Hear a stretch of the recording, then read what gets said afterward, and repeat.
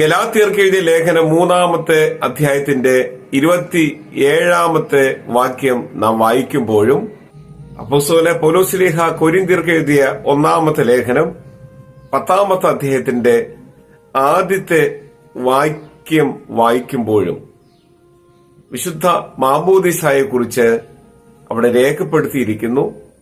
വിശുദ്ധ മാമോദീസ മുഖാന്തിരമായി നാം ക്രിസ്തുവിനോട് ചേരുകയാണ്.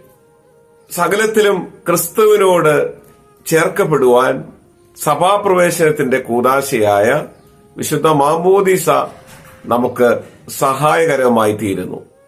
ഗലാത്യർക്ക് എഴുതിയ ലേഖനം 3-ാമത്തെ അധ്യായത്തിന്റെ 27-ാമത്തെ വാക്യം പരിശോധിക്കുമ്പോൾ അപ്പോസ്തലനായ പൗലോസ്ലീഹ പറയുന്നു, ക്രിസ്തുവിനെ ധരിക്കുവാൻ വിശുദ്ധ മാമോദീസ വിശ്വാസിക്ക് സഹായകരമായി തീരുന്നു.